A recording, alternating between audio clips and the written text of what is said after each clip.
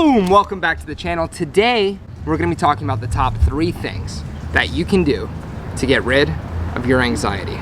So if you want to achieve your highest potential, become the best version of yourself, then you're liking this content, you're commenting, you're hitting that bell, and I truly commend you on that journey to self-mastery and becoming the best version of yourself. So the first technique that you can use immediately to begin to reduce your anxiety is to set what's called a calm anchor. In NLP, you'll learn how to elicit any emotional state that you want and then to be able to trigger it by doing a specific action. This is called anchoring. And you can learn to be able to go into a calm, peaceful, relaxed state of mind.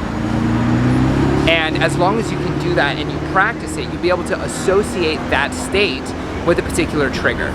So create a calm anchor for yourself. Okay, well, so as it turns out, I disobeyed the first law of filming content, which is always have a spare battery and a spare SD card. I brought the spare SD card, but I did not bring the spare battery. And so right at the set of where I wanted to film, you guessed it, my battery died. But I came home, I put a new battery in, and we're just gonna walk and talk today. Today's gonna be a walk and talk shoot day, and I won't get all of my content in where I wanted it, but hey, hopefully the information is what you're here for, not these stunning views. Stunning views. So, where was it? Is to slow down your internal dialogue. 80%, 90% of every person that I've worked with who has anxiety, they almost always have an overactive internal dialogue, and it's talking to them so fast. The key here is to use this exercise that Nick Kemp popularized, and basically if you're familiar with NLP, you're just changing auditory submodalities, but this one is powerfully effective for people who are anxious. So check that out. I'll drop a link in there below as well. And the third thing that you want to do is to learn to spin your anxious feelings in a different direction. Any emotion, any state that you're feeling regularly is habituated. In other words, it's automatic. But when you slow it down and you become aware of what is happening, what's actually happening, you'll notice that a feeling, in order for it to be maintained, has to have motion to it. If you were to, for example, tap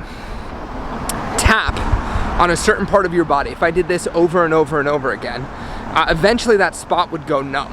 And the reason for that is because the neurons get saturated and you can't feel it. Human beings notice difference.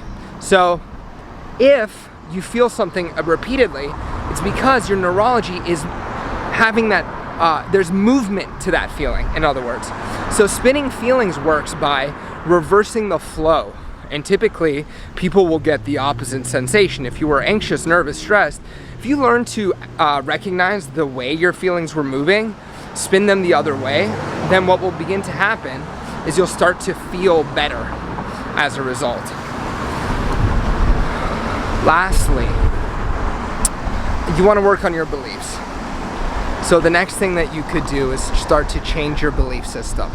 Recognizing that what you believe about yourself, what you believe about the world, the rules that we set up that govern us consciously and unconsciously, these determine what states we go into anyway.